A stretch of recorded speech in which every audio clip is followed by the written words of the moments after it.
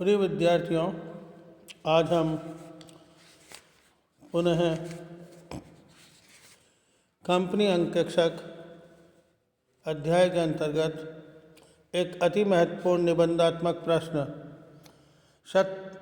सत्यता की गारंटी देता अंकेक्षक का कर्तव्य है। सत्यता की गारंटी देना अंकेक्षक का कर्तव्य है, वह बीमक नहीं होता। कहने का तात्पर्य है कि सत्यता की गारंटी देना ही अंकेक्षक का कर्तव्य है, लेकिन वह कोई बीमक नहीं होता है। इस प्रश्न के संबंध में हमने जब न्यायालय के निर्णय पढ़े थे तो एक केस पढ़ा था, लंदन एवं जनरल बैंक केस, जिसकी हम बाद में पुनः वापस से आज चर्चा करेंगे। लेकिन इसके व्याख्या के अंदर इस प्रश्न की में लिखेंगे, अंकेक्षक लाभ हानि खाते एवं चिट्ठे की जांच करके रिपोर्ट देता है कि लाभ हानि खाता तथा चिट्ठा सही एवं उचित है।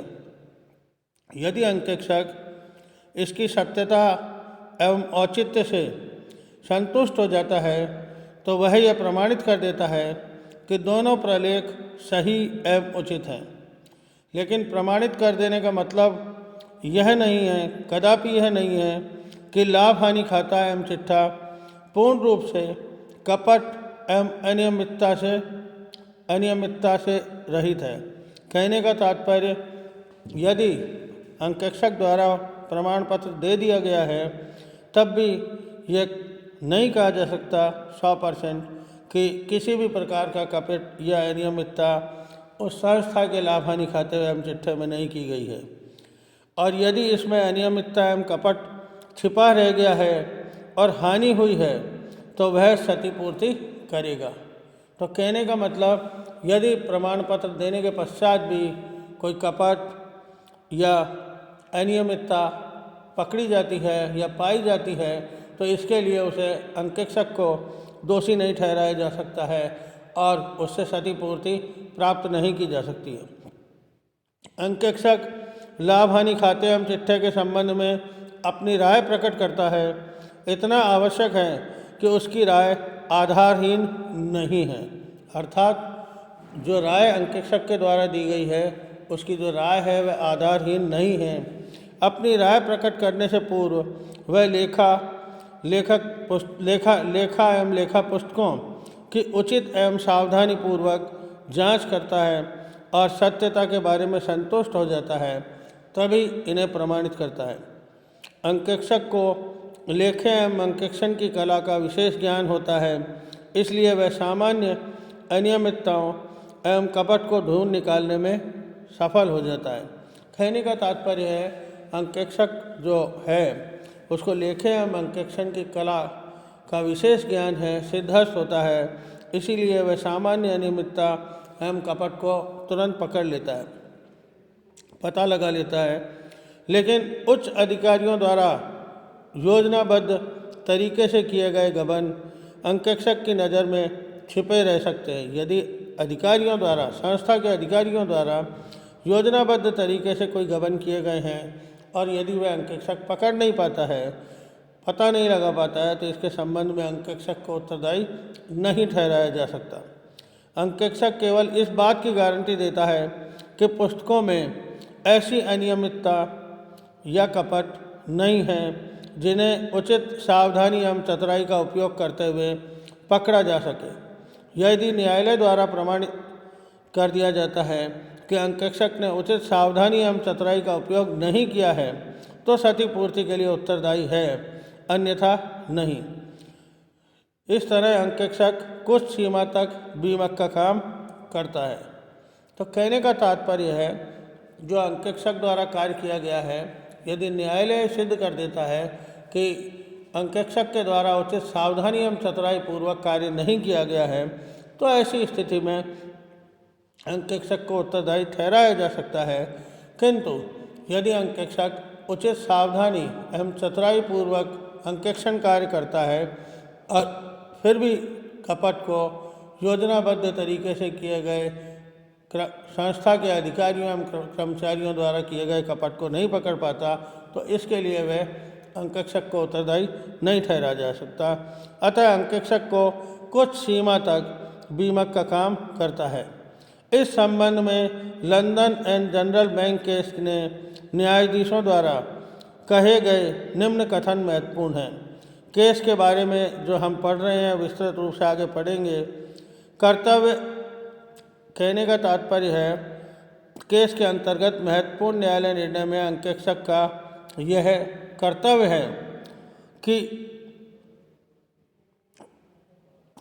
है कि उसे ईमानदार होना चाहिए, अर्थात जिसकी सत्यता के बारे में उसे विश्वास नहीं है उसे प्रमाणित नहीं करना चाहिए। कहने का तात्पर्य है अंकेक्षक का कर्तव्य है कि वह ईमानदारी से कार्य करे, चतुराई से कार्य करे, सावधानी से कार्य करे, लेकिन जिसकी सत्यता के बारे में उसे विश्वास नहीं है उसे प्रमाणित नहीं करना चाहिए। लंदन एवं जनरल बैंक केस यह मैं पूर्व में भी न्यायालय के महत्वपूर्ण मुकदमों के अंतर्गत मैं आपको बतला चुका हूँ, लेकिन पुनः मैं एक बार आपको इसके बारे में बतला रहा हूँ। तथ्य क्या थे? London and general bank case 1895 1895 तथ्य थे बैंक ने अपने ग्राहकों का अपर्याप्त जमानत पर ऋण एवं अधिविकर्ष की बड़ी बड़ी रकमें स्वीकार की। इन राशियों पर ब्याज लाभ हानि खाते को जमा कर दिया गया जो कि वास्तव में कभी प्राप्त नहीं हुए थे। इन ऋणों के संबंध में बैंक को भारी नुकसान हुआ और बैंक के विफल होने का प्रमुख कारण था। अंकेक्षकों को ज्ञान था कि ऋण के संबंध में पर्याप्त जमानत नहीं है और साथ ही ऋण तथा ब्याज से संबंधित नुकसान के लिए कोई आयोजन भी नहीं बनाया गया है। अतः लाभ हानि खाते द्वारा बताया गया लाभ सही नहीं है। अंकेक्षकों ने इन संबंध में 3 फरवरी 1892 को संचालकों को एक रिपोर्ट दी थी जिसमें कंपनी की सही आर्थिक स्थिति को प्रकट किया गया था। कहा गया था कि इस वर्ष कोई लाभांश नहीं बांटा जाए। अंकेक्षकों ने कहा कि इस वर्ष कोई लाभांश नहीं बांटा जाए, फिर भी संचालकों के द्वारा 7% लाभांश की सिफारिश की गई और अंशधारियों ने साधारण सभा में इसके लिए आवश्यक प्रस्ताव पास कर दिया। उस सभा में अंकेक्षक मौजूद थे लेकिन चुप रहे। कंपनी की सही आर्थिक स्थिति को बताने के लिए वे एक शब्द भी नहीं बोले। कहने का तात्पर्य था साधारण सभा में अंकेक्षक मौजूद थे किंतु अंकेक्षकों द्वारा उस साधारण सभा में कंपनी की सही आर्थिक स्थिति को बताना चाहिए था, लेकिन वे चुप रहे। उस साधारण सभा में यदि संचालकों को दी गई यह रिपोर्ट अंशधारियों को बता दी जाती तो स्थिति बदल जाती। अंकेक्षक के संचालकों को दी गई इस रिपोर्ट में उनसे आग्रह किया था कि लाभ हानि खाते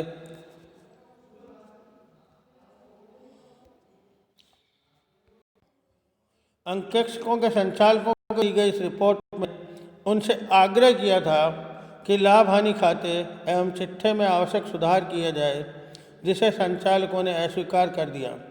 इस अंकेक्षकों ने यह सूचना अंशधारियों को देनी चाहिए। कहने का तात्पर्य अंकेक्षकों के द्वारा ये सूचना अंशधारियों को देनी चाहिए गई, लेकिन उनको यह विश्वास दिलाए जाने पर कि यह सूचना बैंक के अध्यक्ष द्वारा अपने भाषण में दे दी जाएगी, अंकेक्षकों ने यह सूचना अंशधारियों को नहीं दी और अपनी रिपोर्ट में केवल यह वाक्य जोड़ दिया। अंकेक्षक की ओर से उसके बाद में निम्न तर्क प्रस्तुत किए गए। पहला, जो ऑडिटर्स थे उनके द्वारा जो तर्क प्रस्तुत किए गए। पहला बिंदु, अंकेक्षक ने अपनी रिपोर्ट में यह वाक्य लिख दिया था कि चिट्ठे में दिखाई गई संपत्तियों का मूल्य वसूली पर निर्भर करता है। यह एक असाधारण वाक्य है और अंशधारियों के मस्तिष्क में शंका उत्पन्न करने के लिए पर्याप्त था। द्वितीय बिंदु जो अंकेक्षकों ने लिखा, अंकेक्षकों ने संपत्तियों के मूल्यांकन की बात संचालकों को दी गई अपनी रिपोर्ट में कह दी थी और बैंक अध्यक्ष ने अपने भाषण में इस तथ्य को अंशधारियों को प्रकट करने का वचन दिया था, पर उसने ऐसा नहीं किया, अर्थात बैंक का जो अध्यक्ष है उसने इस बात को अंशधारियों तक प्रेषित नहीं किया। तृतीय बिंदु, यदि अंक सूचना न देने के लिए दोषी हैं तो लाभांश का भुगतान पूंजी में से नहीं हुआ। और यदि यह भी मान लिया जाए कि लाभांश का भुगतान पूंजी में से हुआ है तो यह भुगतान अंकेक्षकों द्वारा दिए गए प्रमाण पत्रों का स्वाभाविक एवं निकट का परिणाम नहीं था। अब जो निर्णय दिया गया London and general bank case में निर्णय दिया गया, इस मुकदमे में यह फैसला अंकेक्षक लेखों से संतुष्ट थे और फिर भी उन्होंने अपना असंतोष स्पष्ट रूप से अंशधारियों को अपनी रिपोर्ट में प्रकट नहीं किया, अतः वे कर्तव्य भंग के दोषी हैं, अर्थात अंकेक्षक को कर्तव्य भंग का दोषी माना गया।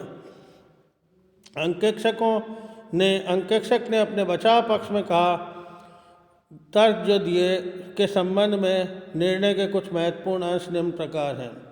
प्रथम तर्क के संबंध में, एक व्यक्ति जिसका कर्तव्य दूसरे को सूचना देना हो, केवल इतनी सी सूचना देने से उस कर्तव्य का पालन नहीं करता जो उन व्यक्तियों को या उनमें से कुछ और सूचना मांगने के लिए प्रेरित करे। सूचना और सूचना का साधन एक बात नहीं है। जो अंकेक्षक अंशधारियों को कंपनी की वित्तीय स्थिति के बारे में सूचना के स्थान पर केवल सूचना का साधन देता है, वह अपनी जोखिम पर ऐसा करता है और न्यायालय द्वारा अपने कर्तव्य पालन में असफल रहने और गंभीर जोखिम के लिए उत्तरदायी ठहराया जा सकता है। अंकेक्षक का कर्तव्य सूचना देना है, पूछताछ के लिए उत्सुकता उत्पन्न करना नहीं। यद्यपि एक अंकेक्षक के किसी असाधारण कथन से निष्कर्ष निकाला जा सकता है कि अवश्य ही कोई गंभीर गड़बड़ी है, लेकिन इसका यह अर्थ कदापि नहीं है कि साधारण लोगों को भी वैसे ही कथन पर शंका उत्पन्न हो जाएगी। द्वितीय तर्क के संबंध में जो कहा गया, अंकेक्षक चिट्ठे और प्रमाण पत्रों के संबंध में अपने कर्तव्य पालन में विफल रहा। संभवतः उसने यह महसूस नहीं किया कि अंशधारियों के प्रति उसके कर्तव्य संचालकों की अपेक्षा किस प्रकार भिन्न हैं, और दुर्भाग्यवश अंशधारियों को कंपनी की सही स्थिति स्वयं बताने के बजाय उसने यह कार्य बैंक के अध्यक्ष पर छोड़ना स्वीकार कर लिया। अतः यह तथ्य बना ही रहा कि चिट्ठा और अंकेक्षण का प्रमाण पत्र सही स्थिति प्रकट नहीं करते, और इसका कारण अंकेक्षक की यह भूल थी कि कंपनी के बारे में मूलभूत सूचना जो उसने संचालकों को दी थी अंशधारियों को नहीं दी। कहने का तात्पर्य है, कंपनी अंकेक्षक को जो सूचना संचालकों को प्रेषित की वही सूचना अंकेक्षकों को भी अंशधारियों को भी प्रेषित करनी चाहिए थी। तृतीय तर्क के संबंध में कंपनी को वास्तव में लाभ नहीं हुआ, यदि हुए तो केवल कागजों में हुए। अपर्याप्त लाभों का लाभ हानि खाते में ले जाना कब ठीक है और कब नहीं, इस संबंध में सही दशा कुछ भी हो, लेकिन यह स्पष्ट है कि वर्तमान मामले में ऐसा करने का कोई औचित्य नहीं था। इसमें कोई शंका नहीं कि लाभांश का भुगतान पूंजी में से किया गया है। चतुर्थ तर्क के संबंध में यह तर्क दिया गया कि लाभांश का भुगतान अंकेक्षक की रिपोर्ट के निकट का परिणाम नहीं था, क्योंकि संचालकों की सिफारिश और कंपनी की सभा का मत इसके बीच आ जाते हैं। यह स्थिति को मिथ्या रूप से प्रकट करता है। थियोबॉल्ड अंकेक्षक को यह अच्छी तरह ज्ञात था कि इस रिपोर्ट पर इस रूप में विश्वास किया जाएगा कि वह लाभांश और सिफारिशों और उस मतदान को न्याय संगत बताती है। निर्णय के दौरान न्यायालय ने कंपनी अंकेक्षक के कर्तव्यों की विस्तारपूर्वक विवेचना की और उसके निर्णय के कुछ अन्य महत्वपूर्ण अंश इस प्रकार थे। संचालकों अथवा अंशधारियों को यह सलाह देना अंकेक्षक का कर्तव्य नहीं है कि उनको क्या करना चाहिए। प्रतिभू या बिना प्रतिभू के ऋण स्वीकार करने की बुद्धिमानी या मूर्खता से अंकेक्षक का कोई संबंध नहीं है। अंकेक्षक को कोई मतलब नहीं है कि कंपनी का व्यापार बुद्धिमत्तापूर्ण या मूर्खतापूर्ण या लाभ पर अथवा हानि पर चलाया जा रहा है। उसे कोई मतलब नहीं है कि लाभांश उचित रूप से अथवा अनुचित रूप से घोषित किए जा रहे हैं, बशर्ते कि वह अंशधारियों के प्रति अपने कर्तव्यों का पालन करता और उसका कर्तव्य अंकेक्षण के समय कंपनी की सही आर्थिक स्थिति का निर्धारण करना और बताना है। अंकेक्षक का कर्तव्य है कि उसे ईमानदार होना चाहिए और जिसकी सत्यता के बारे में उसे विश्वास नहीं है उसे प्रमाणित नहीं करना चाहिए। बहुत महत्वपूर्ण बिंदु है। अंत में निष्कर्ष स्वरूप कहा गया कि इस मुकदमे में दिए गए निर्णय के आधार पर निम्न संक्षिप्त निष्कर्ष निकाले जा सकते हैं। पहला, संचालकों या अंशधारियों को सलाह देना अंकेक्षक का कर्तव्य नहीं है।